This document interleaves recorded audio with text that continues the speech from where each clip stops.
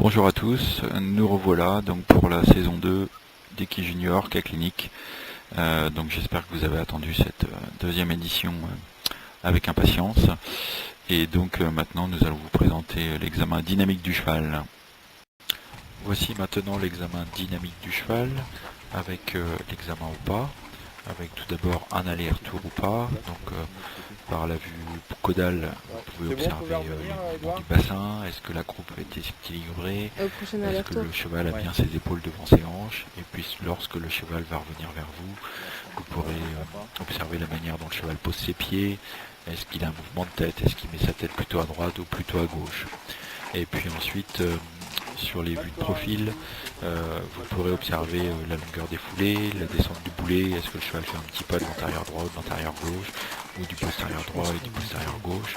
Et donc vous pourrez observer le cheval côté droit et puis ensuite côté gauche. Donc je vous laisse observer la locomotion du cheval.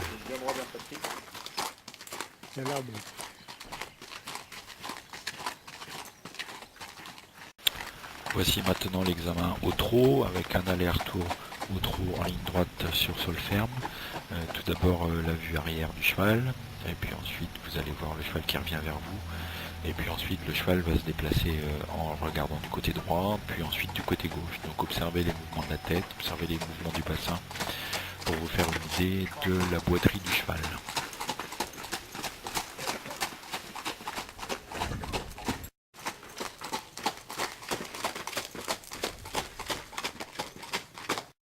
Donc maintenant voici à nouveau le cheval en ligne droite, au pas d'abord, puis ensuite au trot, avec des images qui sont filmées au ralenti, donc avec une caméra de fréquence, ce qui vous permet de voir de manière plus aisée l'atterrissage du pied, que ce soit au pas ou ensuite au trot.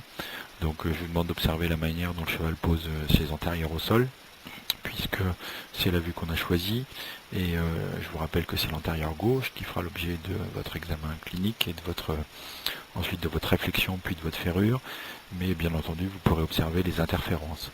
Sur les vues de profil, vous pourrez aussi observer de manière plus facile la descente des boulets, si le cheval atterrit plutôt en pince ou en talon, que ce soit au pas, et puis ensuite au trot.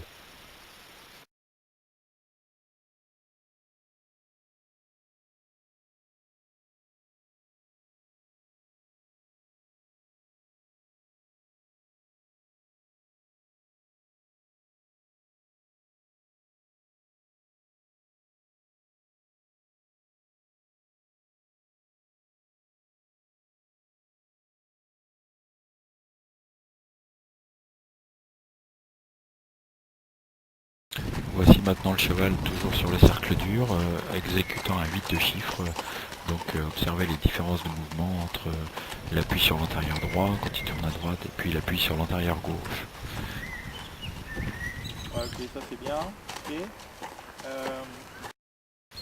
Maintenant on vous présente le cheval sur le cercle dur, tout d'abord à main gauche, puis ensuite à main droite, au trot. C'est un sol qui ne glisse pas mais qui n'est pas déformable, et donc vous pouvez observer les différences de locomotion du cheval entre la main gauche et la main droite, et également les différences de locomotion en fonction de la position de son encolure.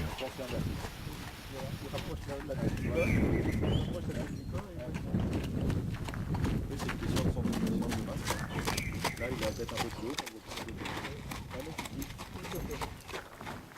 Peut-être haute, la boîte, cette boîte.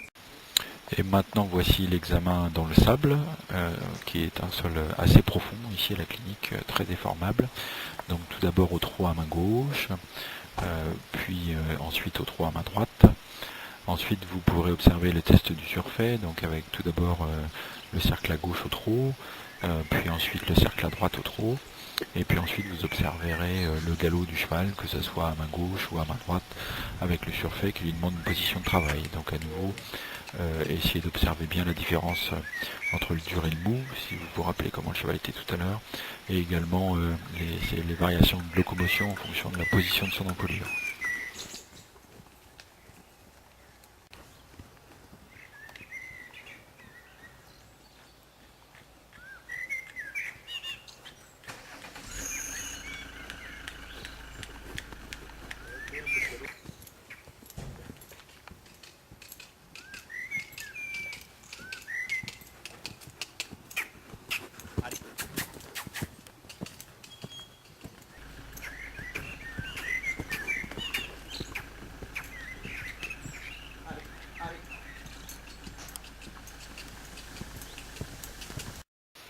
Et pour terminer notre examen dynamique, voici enfin les tests de flexion classiquement réalisés, avec 1 minute de mise en tension progressive de la face palmaire, du doigt et des pieds pendant 1 minute, puis ensuite le départ au trot, donc sur l'antérieur gauche, puis sur l'antérieur droit, puis ensuite des tests de flexion globale des postérieurs, d'abord le postérieur gauche, puis le postérieur droit. Donc je vous laisse observer les réactions du cheval à ces tests de flexion.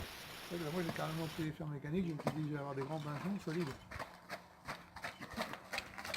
Ah, là, Oh, bah les boîtiers derrière aussi. ouais, oui, boîtier derrière aussi.